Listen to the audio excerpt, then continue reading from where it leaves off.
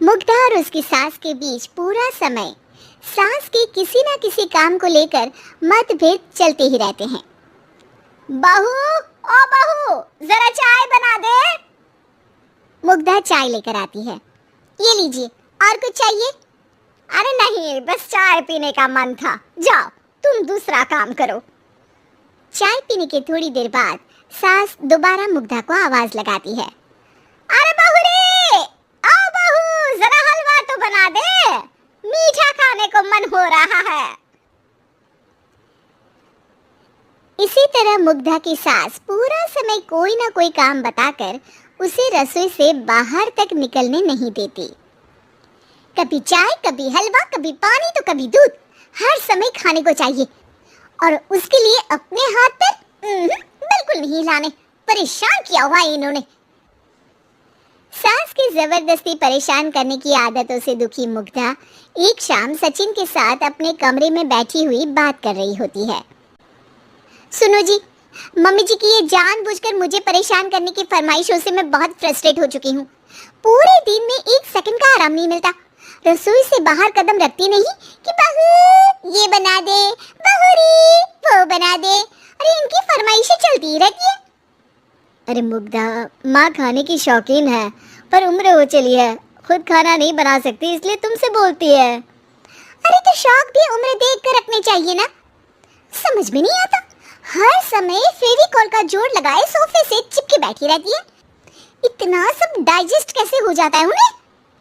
अरे तुम मेरी माँ से इतनी नफरत कैसे कर सकती हो? मैं उनसे नफरत नहीं करती जी, बस परेशान हूँ।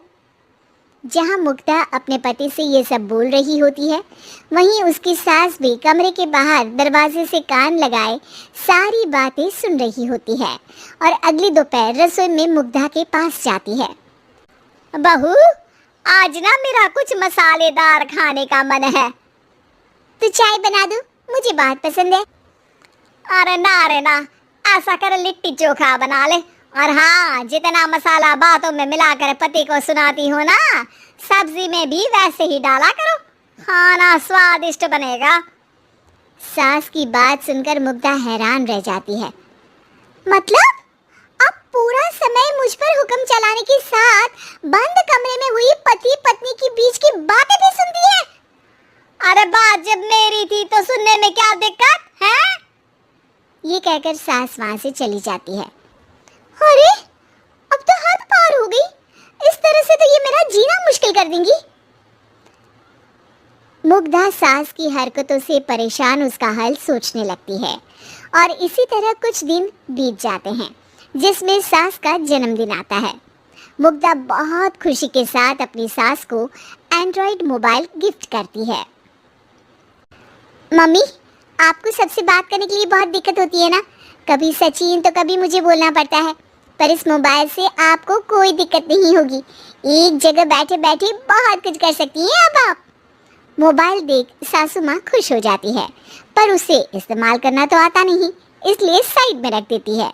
जिसे देख मुग्धा घर का सारा काम छोड़ मोबाइल सेट कर सास को इस्तेमाल करना सिखाने लगती है, जिसके बाद अब सास पूरा समय मोबाइल में ही लगी रहती है।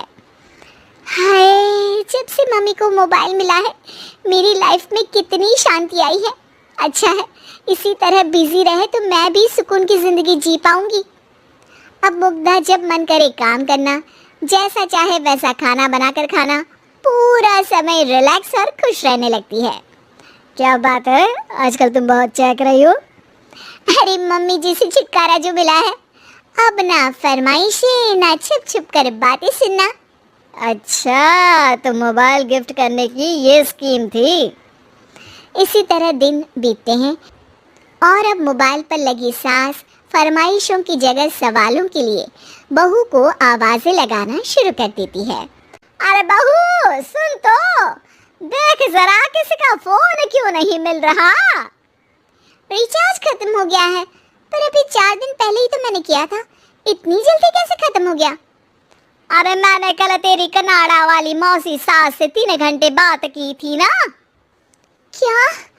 इतना महंगा तो मोबाइल भी नहीं आया जितना महंगा इसका रिचार्ज पड़ रहा है। इसके बाद तो जैसे मुग्धा के दिन के 24 घंटे में से 20 घंटे सास के पास उनकी मोबाइल रिलेटेड प्रॉब्लम सॉल्व करने की ड्यूटी ही बन जाती है। अरे मुग्धा, ये मोबाइल में अचानक तेरी मौसी सास की शक्ल क्यों दिखने लगी और ये तो हिल भी रही है? मम्मी, ये गूगल डुओ का वीडियो कॉल है, इसमें आप बात करने के साथ एक दूसरे की शक्ल भी देख सकती हो। अच्छा, ये तूने मुझे पहले क्यों नहीं बताया? अब बताने के लिए पहले नहीं बताया। इसी बीच सचिन भी वहां आ जाता है और सास अपनी वीडियो कॉल में बिजी हो जाती है। क्यों, सास बहू में क्या गपशप चल रही है? इसे गपशप नहीं, दिमाग का दही होना बोलते हैं। पर तुम तो मम्मी को मोबाइल देकर बहुत खुश थी, फिर क्या हुआ? हाँ, उसका सुकून भी कुछ ही दिन मिला। अब घर के टंटे खत्म हुए तो मोबाइल की टिंग टिंग शुरू हो गई। देखो भाई, कुछ पाने के लिए कुछ खोना तो पड़ता है। आखिर तुमने मोबाइल अपने फायदे के लिए ही तो दिया है, तो फिर सवालों के जवाब भी देने पड़ेंगे, क्योंकि जब तक उनके हाथ में ये फुथरू रहेगा तुम्हारी लाइफ में प्राइवेसी और सुकून रहेंगे।